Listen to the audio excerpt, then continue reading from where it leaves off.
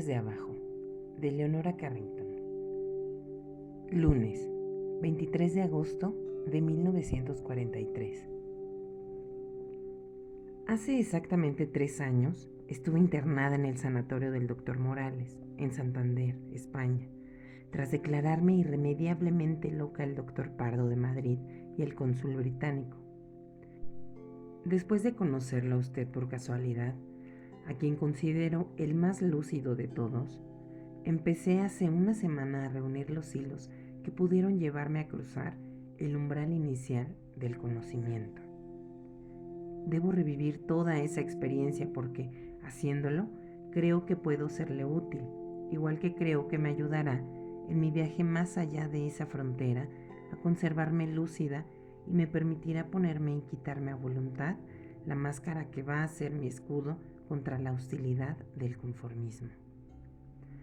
Antes de abordar los hechos concretos de mi experiencia, quiero decir que la sentencia que la sociedad pronunció sobre mí en esa época particular fue probablemente e incluso con seguridad una bendición del cielo, porque yo no tenía idea de la importancia de la salud, o sea, de la absoluta necesidad de contar con un cuerpo sano para evitar el desastre de la liberación de la mente. Y lo que es más importante, la necesidad de tener a otros conmigo, a fin de podernos alimentar mutuamente con nuestros conocimientos y constituir así un todo. Yo no tenía en esa época suficiente conciencia de su filosofía para comprender. No me había llegado el momento de comprender. Lo que voy a tratar de exponer aquí, con la mayor fidelidad, no es sino un embrión de saber.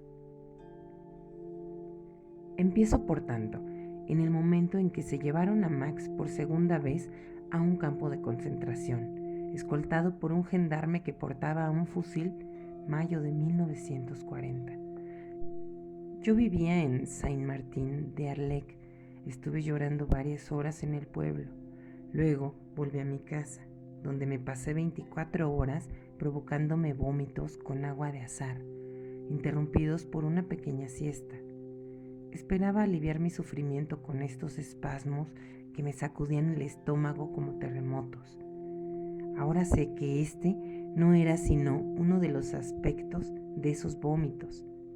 Había visto la injusticia de la sociedad. Quería limpiarme yo misma primeramente y luego ir más allá de su brutal ineptitud. Mi estómago era el lugar donde se asentaba la sociedad, pero también el punto por donde me unía con todos los elementos de la tierra. Era el espejo de la tierra, cuyo reflejo es tan real como la persona reflejada. Tenía que eliminar de este espejo mi estómago, las espesas capas de suciedad, las fórmulas aceptadas que lo empañaban, a fin de que reflejase clara y fielmente la tierra.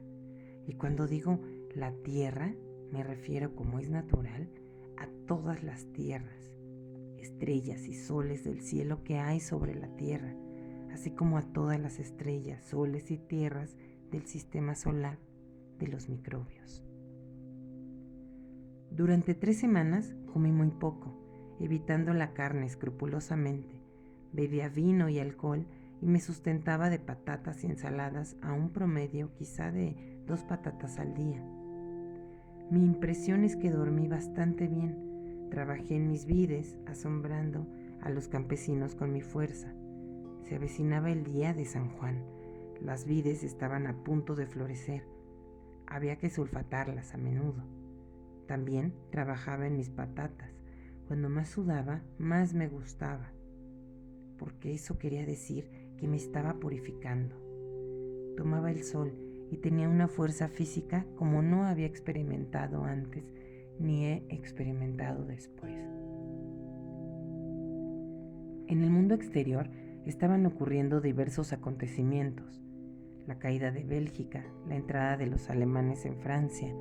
Todo eso me interesaba bien poco y no abrigaba temor alguno dentro de mí. El pueblo se hallaba atestado de belgas y habían entrado unos soldados en mi casa, acusándome de espía y amenazando amenazándome con pegarme un tiro allí mismo porque alguien había estado buscando caracoles por la noche con una linterna cerca de casa. Sus amenazas me impresionaron muy poco, porque sabía que no estaba destinada a morir. A las 3 semanas de estar sola llegó Catherine, una inglesa amiga mía de muy antiguo que huía de París con Michael Lucas, un húngaro. Pasó una semana y creo que no notaron nada anormal en mí. Un día, no obstante, Catherine, que había estado mucho tiempo en manos de los psicoanalistas, me convenció de que mi actitud delataba un deseo inconsciente de librarme por segunda vez de mi padre, de Max, al que debía borrar si quería vivir. Me suplicó que dejase de castigarme y que me buscase otro amante. Creo que se equivocaba al decir que me estaba castigando a mí misma. Creo que me interpretaba fragmentariamente, lo cual es peor que no interpretarme en absoluto. Sin embargo, me devolvió con ello el deseo sexual. Traté frenéticamente de seducir a 2 jóvenes, aunque sin éxito. No obtuvieron nada de mí y tuve que permanecer dolorosamente casta. Los alemanes se acercaban rápidamente. Catherine trataba de asustarme y me suplicaba que me fuera con ella, diciendo que si no, se quedaría ella también. Acepté. Acepté sobre todo porque en mi evolución, España representaba para mí el descubrimiento. Acepté porque en Madrid esperaba conseguir que estamparan un visado en el pasaporte de Max. Aunque me sentía ligada a Max, este documento que llevaba su retrato había adquirido entidad propia. Era como si llevase conmigo a Max. Acepté, un poco impresionada por los argumentos de Catherine, que me iban infundiendo hora tras hora un creciente temor. Para Catherine, los alemanes significaban la violación. A mí eso no me asustaba, no le daba la menor importancia. Lo que me inspiraba pánico era pensar que eran robots, seres descerebrados y descarnados. Michael y yo decidimos ir a Burgsheim-an-Deol a pedir un permiso para viajar. Los gendarmes, totalmente indiferentes e insensibles, siguieron fumando su cigarrillo y se negaron a darnos el trozo de papel, parapetados en frases como «no podemos hacer nada al respecto, no podíamos marcharnos», aunque yo sabía que nos iríamos al día siguiente. Fuimos al notario, donde hice cesión de mi casa y de todos mis bienes al propietario del motel de Tourist de Saint-Martin.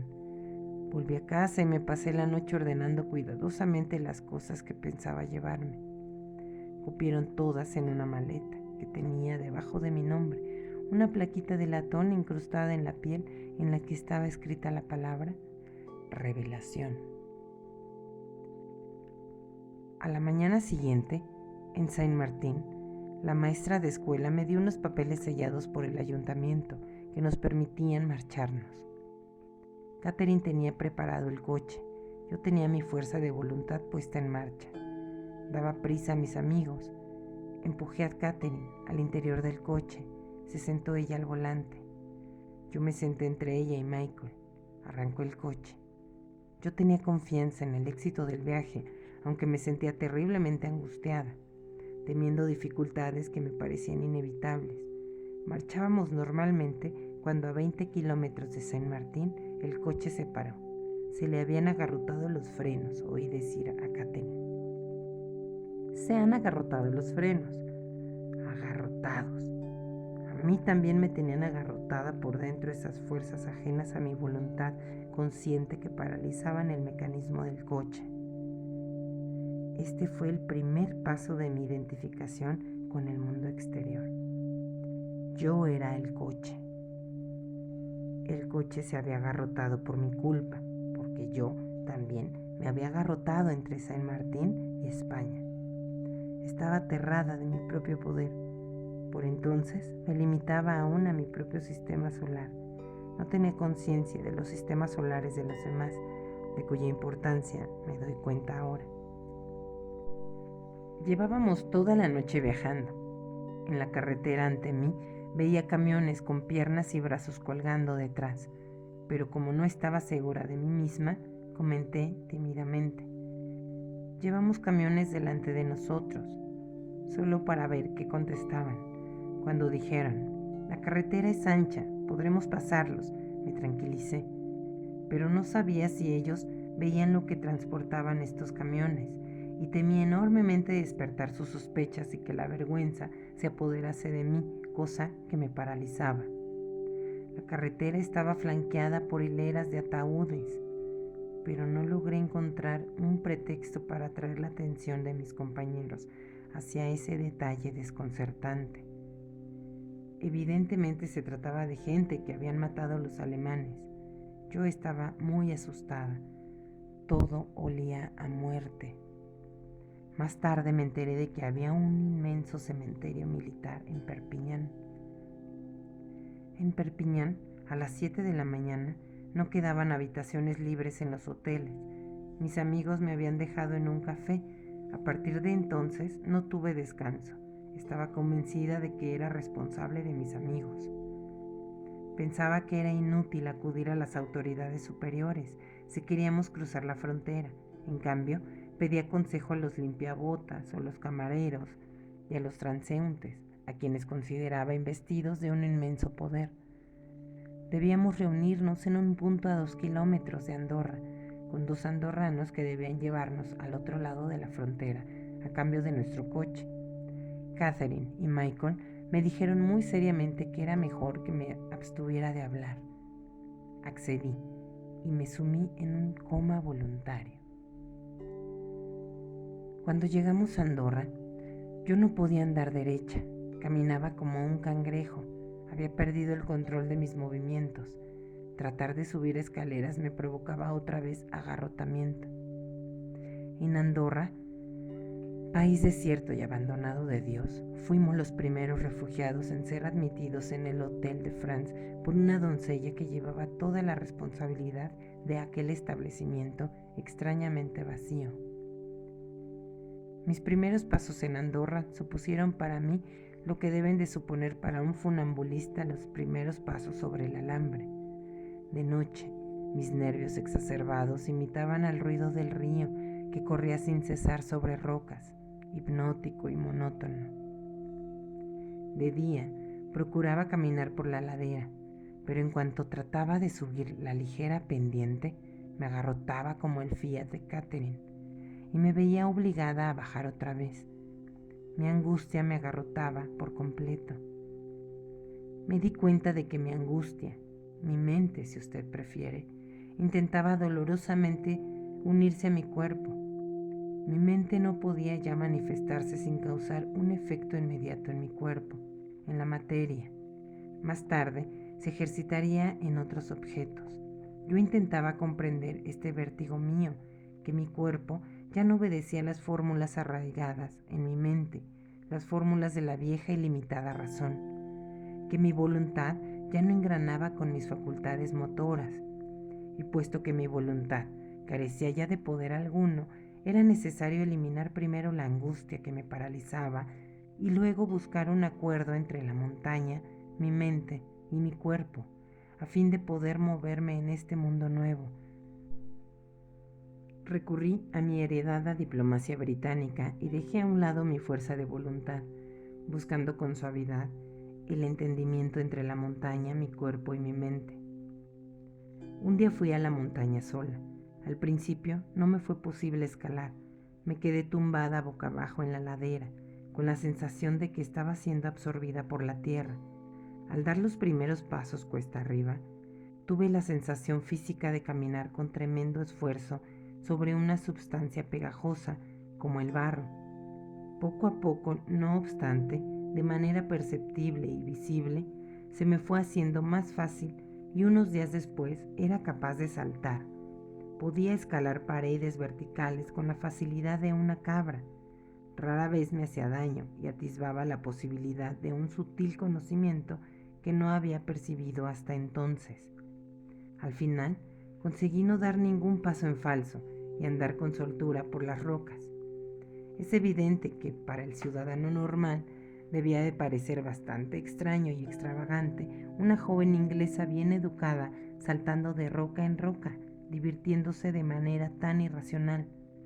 No podía por menos de despertar inmediatas sospechas sobre mi equilibrio mental. Yo pensaba muy poco en el efecto que mis experimentos podían tener en los seres humanos que me rodeaban, y al final ganaron ellos.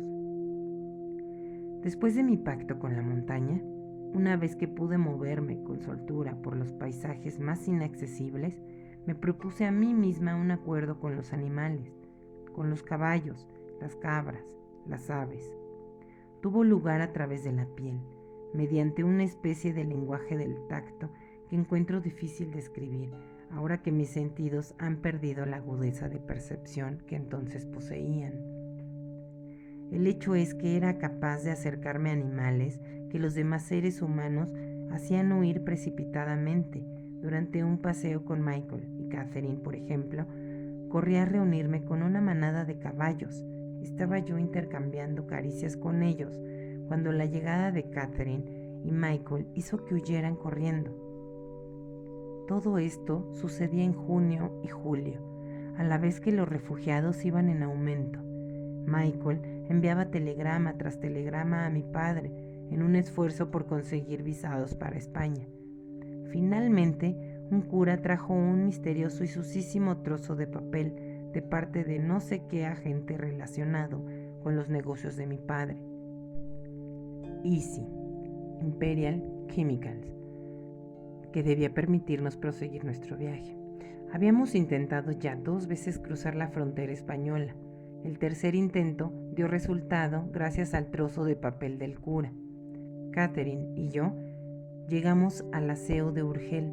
Por desgracia, Michael no pudo venir. Luego nos dirigimos las dos en el Fiat a Barcelona. La entrada en España me abrumó por completo. Pensé que era mi reino, que su tierra roja era la sangre seca de la guerra civil. Me asfixiaban los muertos, su densa presencia en ese paisaje lacerado. Me sentía en estado de gran exaltación cuando entramos en Barcelona esa tarde, convencida de que teníamos que llegar a Madrid lo más deprisa posible. Así que persuadí a Catherine para que dejase el Fiat en Barcelona. Al día siguiente cogimos el tren para Madrid. El hecho de tener que hablar yo una lengua que no conocía fue decisivo. No me condicionaba la idea preconcebida de las palabras y medio comprendía su moderno significado. Esto me permitió dotar a las frases más corrientes de un sentido hermético. En Madrid nos alojamos en el Hotel Internacional, cerca de la estación del ferrocarril, de donde nos mudamos después al Hotel Roma. En el Internacional cenamos esa primera noche en la azotea. Estar en una azotea respondía para mí a una necesidad imperiosa, porque allí me sentía en un estado eufórico. En medio de la confusión política y un calor tórrido, tuve el convencimiento de que Madrid era el estómago del mundo y de que yo había sido elegida para la empresa de devolver la salud a este órgano digestivo. Creía que toda la angustia se había acumulado en mí y que se disiparía al final. Esto explicaba para mí la fuerza de mis emociones. Creía que era capaz de sobrellevar esta carga espantosa y extraer de ella la solución para el mundo. La disentería que más tarde sufrí no fue otra cosa que la enfermedad de Madrid que tomaba forma en mi aparato intestinal. Unos días después, en el Hotel Roma, conocí a un holandés judío, Van Gent, el cual mantenía algún tipo de relación con el gobierno nazi y tenía un hijo trabajando en la Imperial Chemicals, la compañía inglesa. Me enseñó su pasaporte plegado de esvásticas. Más que nunca anhelé liberarme de todas las coacciones sociales, para lo cual regalé mis documentos a una persona desconocida y quise darle a Van Gent el pasaporte de Max, pero este no lo aceptó. Esta escena tuvo lugar en mi habitación. La mirada de este hombre me resultó dolorosa, como si me arrojaran alfileres a los ojos. Cuando rehusó aceptar el pasaporte de Max, recuerdo que contesté: comprendo, debo matarlo yo, o sea, desconectarme de Max. No contenta con haberme desembarazado de mis papeles, sentí la necesidad de deshacerme de todo. Una noche, sentada con Van Gent en la terraza de un café viendo pasar madrileños, me di cuenta de que los transeúntes estaban siendo manipulados por los ojos de él. En ese momento, Van Gent me hizo notar que ya no llevaba el broche que me había comprado unos momentos antes como distintivo del dolor de Madrid. Y añadió a continuación: busque en su bolso y lo encontrará ahí. En efecto, allí estaba el distintivo. Para mí, esta fue una prueba más del infame poder de Van Gent. Molesta, me levanté y entré en el café con la firme intención de repartir cuanto llevaba en el bolso entre los oficiales que allí había. Ninguno quiso aceptar nada. Creo que toda esta escena ocurrió en muy breve espacio de tiempo. Sin embargo, de repente, me encontré sola con un grupo de oficiales requetés. Van Gent había desaparecido. Se levantaron algunos de aquellos hombres y me metieron a empujones en un coche. Más tarde, estaba ante una casa de balcones adornados con barandillas de hierro forjado al estilo español. Me llevaron a una habitación decorada con elementos chinos. Me arrojaron sobre una cama y después de arrancarme las ropas, me violaron el uno después del otro. Opuse tal resistencia que finalmente se cansaron y dejaron que me levantara. Mientras trataba de arreglarme la ropa delante de un espejo, vi a uno de ellos abrir mi bolso y vaciar su contenido. Esta acción me pareció absolutamente normal, así como la de acercarse y empaparme la cabeza con un frasco entero de colonia. Hecho esto, me llevaron a un lugar cercano al Retiro, el Gran Parque, donde anduve vagando perdida, con las ropas destrozadas. Finalmente, me encontró un policía que me devolvió al hotel, desde donde telefoneé a Van Gent, que estaba durmiendo. Eran quizá las 3 de la madrugada. Pensé que mi historia le haría cambiar de actitud hacia mí, pero se puso furioso, me insultó y colgó. Subí a mi habitación y encontré sobre mi cama unos camisones de Catherine que la lavandera había dejado allí por equivocación. Imaginé que Van Gent, reconociendo mi poder, había querido reparar su comportamiento y me los había enviado como regalo. Consideré indispensable probármelos enseguida. Me pasé el resto de la noche tomando baños fríos y poniéndome los camisones uno tras otro. Uno de ellos era de seda verde pálido, otro rosa. Yo seguía convencida de que era Van Gent quien tenía hipnotizado a Madrid, a sus hombres y su tráfico, de que había convertido a la gente en zombies y había sembrado la angustia como caramelos envenenados a fin de esclavizarlos a todos. Una noche, después de trocear y esparcir por las calles gran cantidad de periódicos, a los que consideraba un recurso hipnótico del que se valían Van Gent, me quedé en la puerta del hotel, horrorizada de ver pasar a la gente por el prado. Parecían de madera. Subí corriendo a la azotea del hotel y lloré, contemplando la ciudad encadenada a mis pies, ciudad que era mi deber liberar. Bajé a la habitación de Catherine y le pedí que me mirara la cara. Le dije: ¿te das cuenta de que es la imagen exacta del mundo?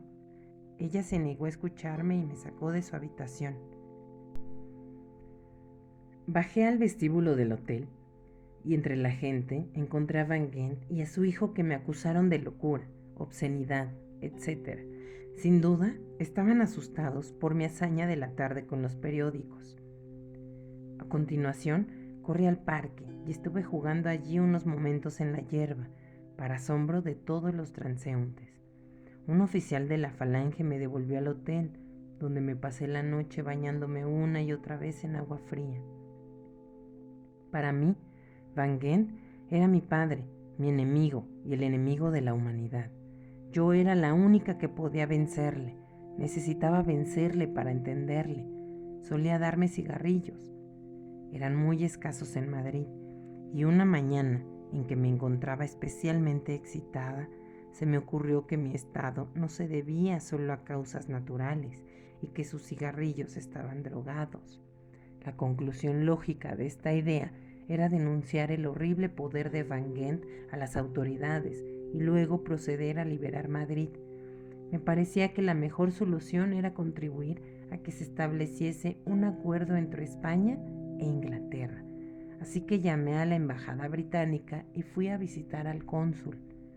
Me esforcé en convencerle de que la guerra mundial estaba siendo dirigida hipnóticamente por un grupo de personas, Hitler y CIA, que en España estaban representadas por Van Gent, que para vencerle bastaba con comprender su poder hipnótico. Entonces detendríamos la guerra y liberaríamos al mundo que estaba agarrotado como yo y el Fiat de Catherine, que en vez de vagar sin rumbo por los laberintos políticos y económicos, era esencial creer en nuestra fuerza metafísica y distribuirla entre todos los seres humanos, que de este modo serían liberados. Este buen ciudadano británico se dio cuenta enseguida de que estaba loca y telefonió a un médico llamado Martínez Alonso, el cual, una vez informado de mis teorías políticas, coincidió con él. Ese día se me acabó la libertad. Me encerraron en una habitación de hotel, en el Ritz. Yo me sentía perfectamente contenta. Me lavé la ropa y me confeccioné diversas prendas de gala con toallas de baño para mi visita a Franco, la primera persona a la que debía librar de su sonambulismo hipnótico. En cuanto Franco estuviese libre, llegaría a un entendimiento con Inglaterra, luego Inglaterra con Alemania, etc. Entretanto, Martínez Alonso, totalmente confundido por mi estado, me administraba bromuro a litros y no paraba de suplicarme que no estuviese desnuda cuando los camareros me traían la comida. Lo tenía aterrado y hecho polvo con mis teorías políticas. Y tras un calvario de 15 días, se retiró a una estación balnearia de Portugal, dejándome bajo los cuidados de un médico amigo suyo, Alberto N. Alberto era guapo. Me apresuré a seducirlo porque me dije a mí misma, he aquí a mi hermano que ha venido a librarme de los padres. Yo no gozaba del amor desde la marcha de Max y lo necesitaba perentoriamente. Por desgracia, Alberto era un perfecto imbécil también y probablemente un sinvergüenza.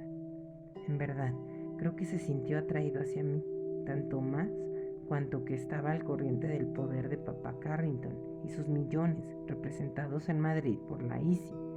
Alberto me sacó de mi encierro y disfruté nuevamente de una especie de libertad temporal, aunque no por mucho tiempo. Iba diariamente a ver al director de la ICI en Madrid. Este no tardó en cansarse de mis visitas, sobre todo porque iba a darle lecciones de política y a acusarle del mismo modo que a papá Carrington y a Van Gent de ser mezquino y bastante innoble, y esto delante de su mujer, de sus doncellas, de sus criados, del hotel y delante de todo el que quería escucharme. Llamó a un tal doctor Pardo y me animó a ilustrarlo en los asuntos del mundo. No tardé en encontrarme encerrada en un sanatorio lleno de monjas.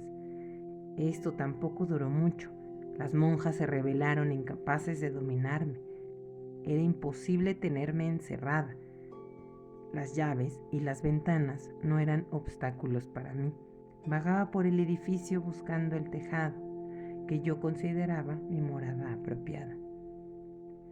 A los 2 o 3 días, el director de la ICI me dijo que Pardo y Alberto iban a llevarme a una playa de San Sebastián, donde sería absolutamente libre. Salí de la clínica y me metieron en un coche en dirección a Santander. Durante el trayecto, me administraron 3 veces luminal y una inyección en la espina dorsal, anestesia sistémica, y me entregaron como un cadáver al doctor Morales en Santander.